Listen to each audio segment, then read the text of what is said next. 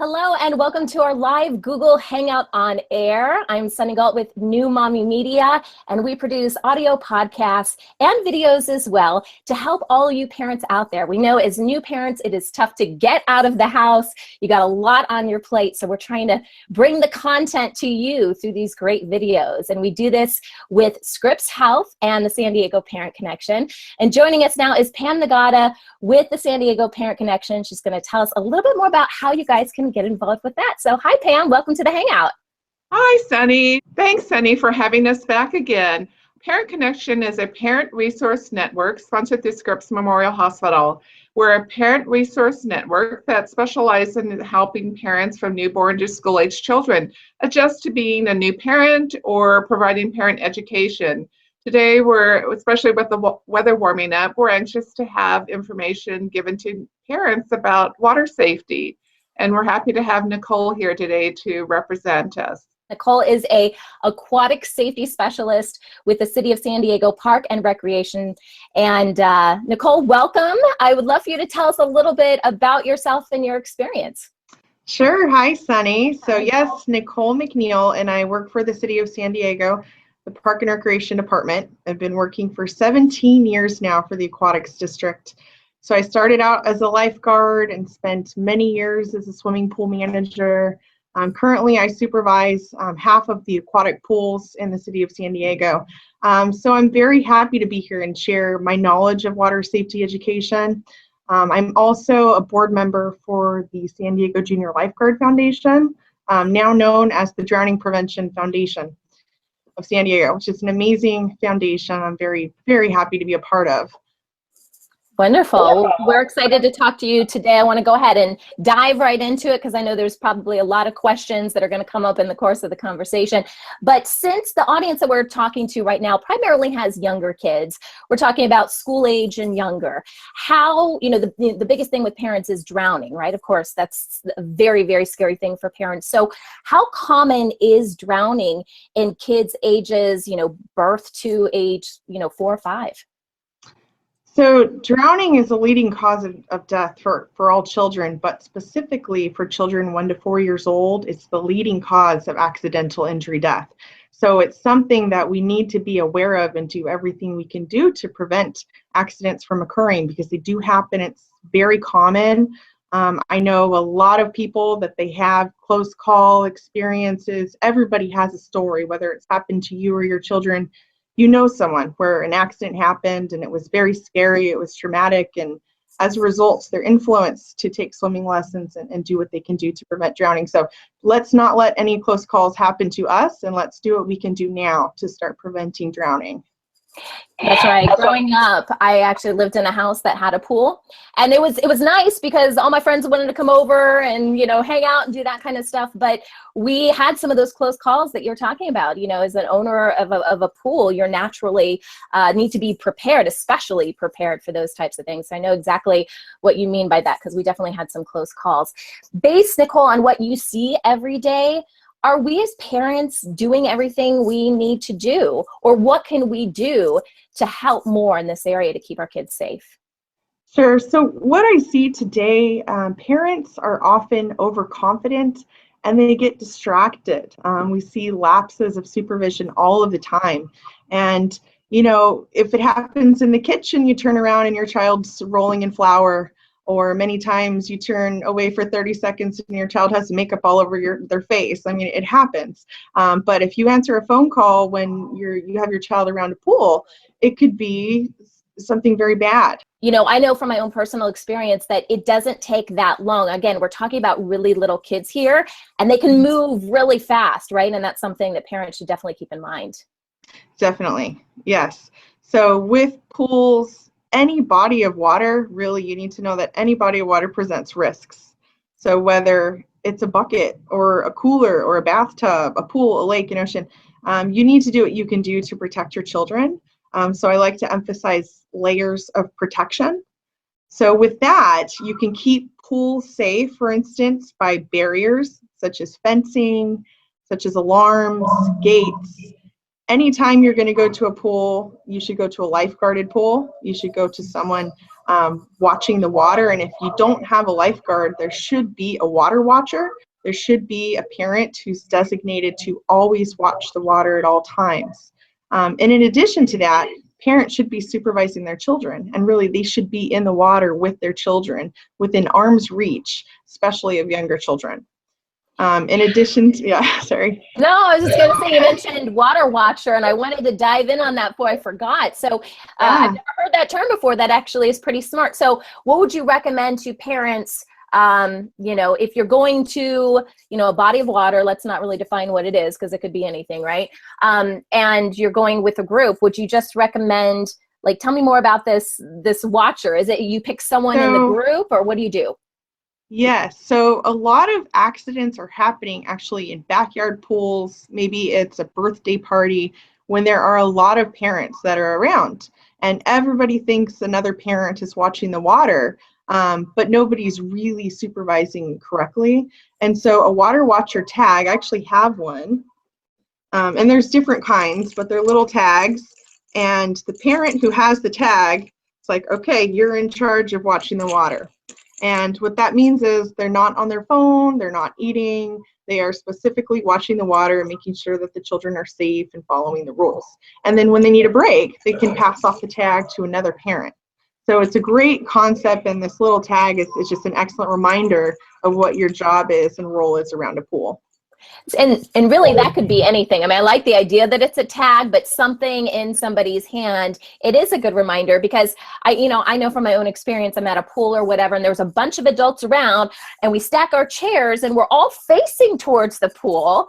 But to your point, are we really, really watching what's going on? I mean, if someone started flailing, yes, but a lot of times, there's different ways that people drown, right? I mean, sometimes they're just at the bottom of the pool, and you don't see that kind of thing. So I really like that. Where do you get those tags, or is there a special place we can get them, or just kind of make your own? Yeah, there's a bunch of different organizations that provide the tags. You can get them through the Safer 3 Foundation, the Drowning Prevention Foundation of San Diego can provide you tags. Any of our swimming pools, most likely within San Diego, have water watcher tags they can provide. Sunny, you brought up a good point about drowning, because most often for children, drowning is silent and you're not going to hear it. The children unfortunately just slip under the water. When you're an adult, yes, you might be flapping up and down in a vertical position, but people that are drowning, they cannot call for help. And with small children, the smaller they are, the more they can slip under without you noticing. So you mentioned lifeguards. So let's go back and talk about lifeguards a little bit, because, we see that sign that says lifeguard on duty or lifeguard not on duty. And I think as parents, if it's a private pool or even within a community, a lot of times there aren't lifeguards unless you're at like a resort or something like that. But, or, for the city, I'm sure there's lifeguards.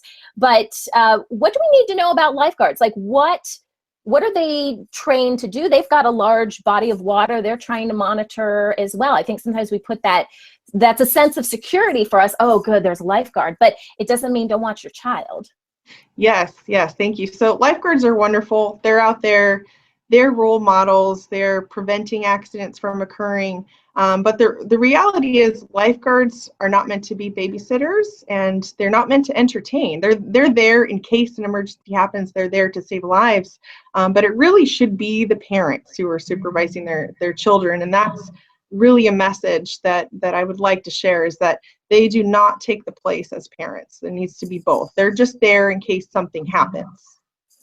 Is there anything we need to keep in mind if we are at a pool as opposed to, I don't know, perhaps a more natural or open body of water? I mean, what kind of tips can you give us? Here in San Diego, we've got oceans, we've got lakes, and we have our pools, right? So are there certain things that you would tell parents, hey, keep in mind, this if you're going to a pool versus this if you're going to an open body of water? Sure, whether it's a pool or an ocean or a lake, I definitely recommend life jackets, especially if you're out on a boat. It's the law.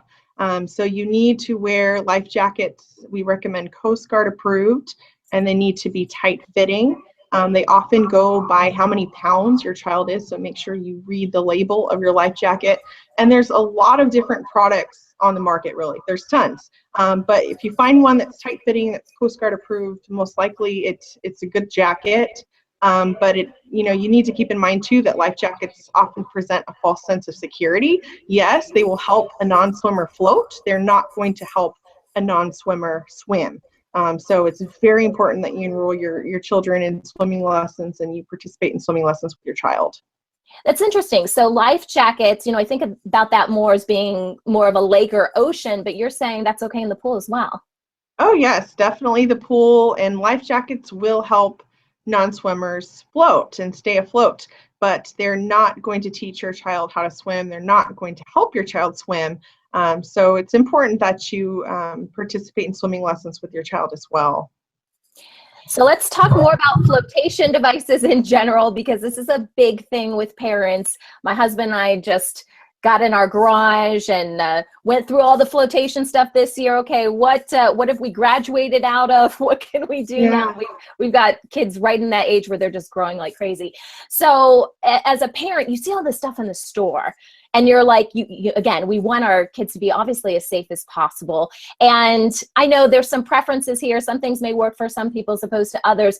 But do you have any general advice for parents who are headed to the stores and trying to keep their kids safe? Are there certain things you really don't recommend? We don't have to talk about brand names or anything like that, but styles or things that just haven't worked in your professional opinion? Yes, so I would not recommend water wings. More oftentimes than not, the arms will go up and the head will go down. So they're really not safe. I would recommend life jackets that are Coast Guard approved and tight fitting. They go by the poundage, so make sure that you're reading the label and you find a jacket that's properly fitting. It's very important. But there are a lot of products on the market, really, so you can find what works for you, and most likely it'll be a good jacket if it's Coast Guard approved.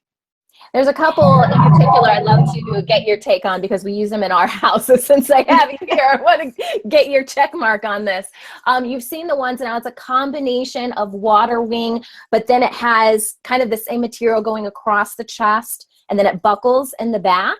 Have you seen those? Yes, I have seen those, and those are good. Those are great. Yes. Okay, because we love those. Like I have them for all 4 of my kids. And again, it's not go out and do whatever you want. I don't have to watch you, but peace of mind for me when they have that on goes up at least 50%. So, so good. Yeah. Okay, so that can work. The other one, when my kids were younger, they've grown out of this since. We actually just sold a bunch on Craigslist, but it was more the infant age where it has like little, it's like a net, right? It's like kind of an oval, and it has like a little net, and then it kind of blows up around the edge. And then the kids sit in it, and sometimes they have like those little canopy things that go over it. And at least, with my kids, it seemed to be something that, again, this is little kids, right? But something that would allow them to feel more confident in the water, splash their feet around a little bit, and you could kind of just take it around. And I always did when I was in the water with them, but swirl them around so they could get a little bit of a wave going on there. Are you familiar with them? Am I explaining? Yeah, I've seen those. Okay.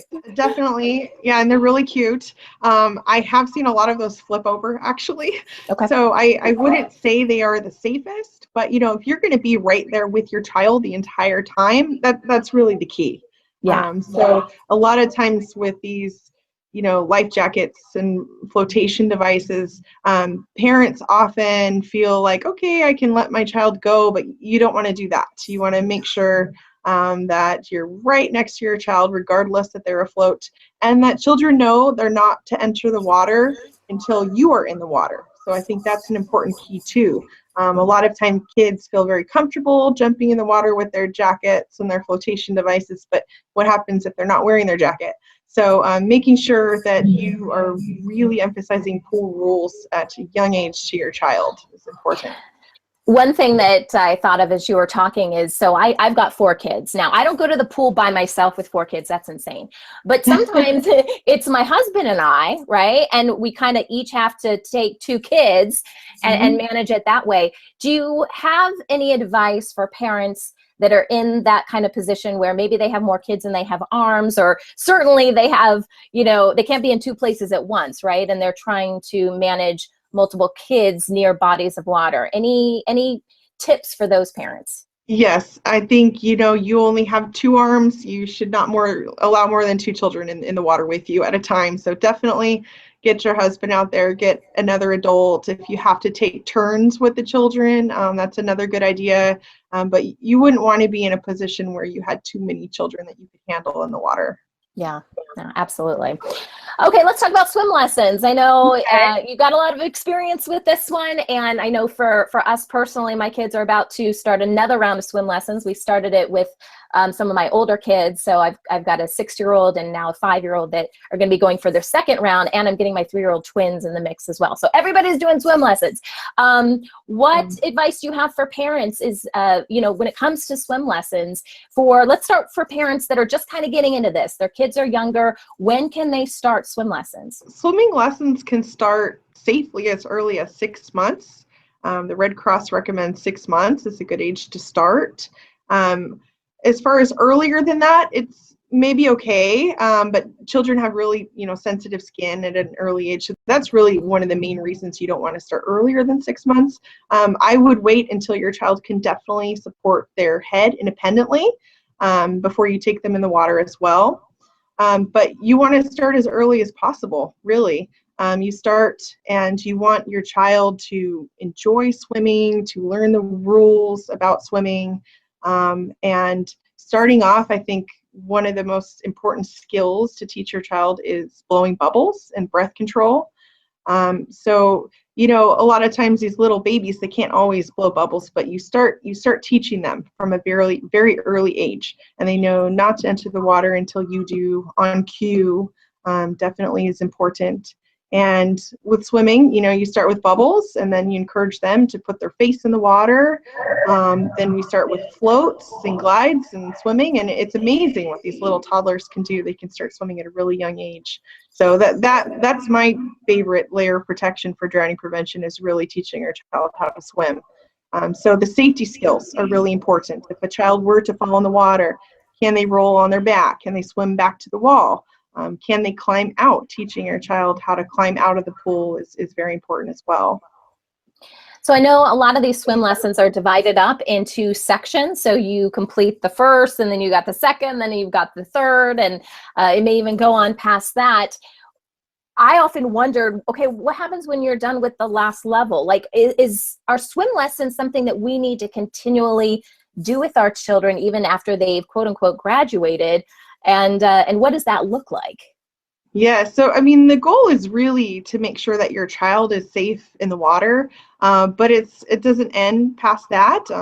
Especially with the Drowning Prevention Foundation of San Diego, we emphasize a water safety continuum. So we start children at a very young age. We offer parent and toddler swimming workshops at the City of San Diego pools throughout San Diego. So we teach the toddlers. Then the goal is to teach all school-age children, 3rd and 4th graders. These kids learn how to swim, and then they go on, they participate in junior lifeguard programs at pools, at the beach. They become lifeguards, they become water safety instructors, and then they start teaching small children. So it's this cycle, this water safety continuum. But really, once you learn how to swim, you know, it's important to practice and stay conditioned. If you're a swimmer, if you're out in the ocean. And in addition to that, once you learn how to swim, there's so many aquatic opportunities that open up. So they can join swim teams and water polo teams. And really, it is a healthy exercise, healthy thing you can do with the whole family that's fun, that you can really do forever. In your typical swim lessons, I know you can't speak on behalf of swim lessons across the country because you're focused on San Diego, but do they also cover what to do in open bodies of water, or do they really focus more on the pool? In our swim lessons today, we are definitely pushing as much water safety education out as possible. So it covers all open water at the beaches, lakes, at home.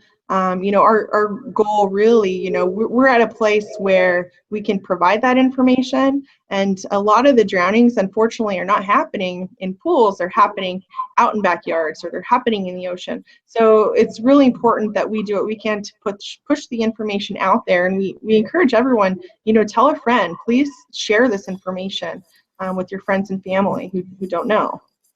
Great. Maybe a good question to ask when you're signing up for swim classes too is, hey, what exactly is covered in this class? Do you talk about, going out on the water and things of that sort? So just a quick note there for parents who may be signing up for lessons right now. One last thing, let's talk a little bit about CPR safety, because obviously you can't be over prepared in a situation like this when it's truly a life or death situation. So what resources, since I'm sure you're aware of the resources here in San Diego, what resources do parents have at their disposal to learn CPR, and then maybe talk a little bit about the importance of it and how it can help? Super important. In the event of a near drowning, your child is unconscious, you pull them from the water, you need to call 911, and you need to initiate CPR and rescue breathing right away, immediately, and the sooner the better. I think right now there's a big focus for hands-only CPR, but it's important to note that for drowning victims, they need oxygen, so those rescue breaths are really important as well. So I would encourage anyone and everyone to sign up for a CPR course, learn how to provide CPR. You never know when you're going to need to use those skills for a family member. Absolutely. Great advice. Well, Nicole, thank you so much for being with us today and giving us these great tips. Hopefully all the parents out there, you were taking notes as we were talking today. The good news is you can always stop the video and go back to the beginning if you need to hear something again. I do want to thank the San Diego Parent Connection as well as Scripps Health for helping us put this hangout on today. You can get more information about the San Diego Parent Connection at sandiegoparent.com. But don't forget about me. My company's New Mommy Media. And again, we produce those audio podcasts. We have done a bunch of stuff on swimming and water safety. And I'm going to be posting some of that to our website just as a refresher course for all you parents out there. So more great information is over there. If you enjoyed today's video, like Nicole said, share this with another parent. It doesn't hurt to have a little refresher course before going out to the pools, beaches, and lakes this summer. So thank you guys for listening and watching us today, and we'll see you on the next hangout. Thanks, Nicole. Thank you.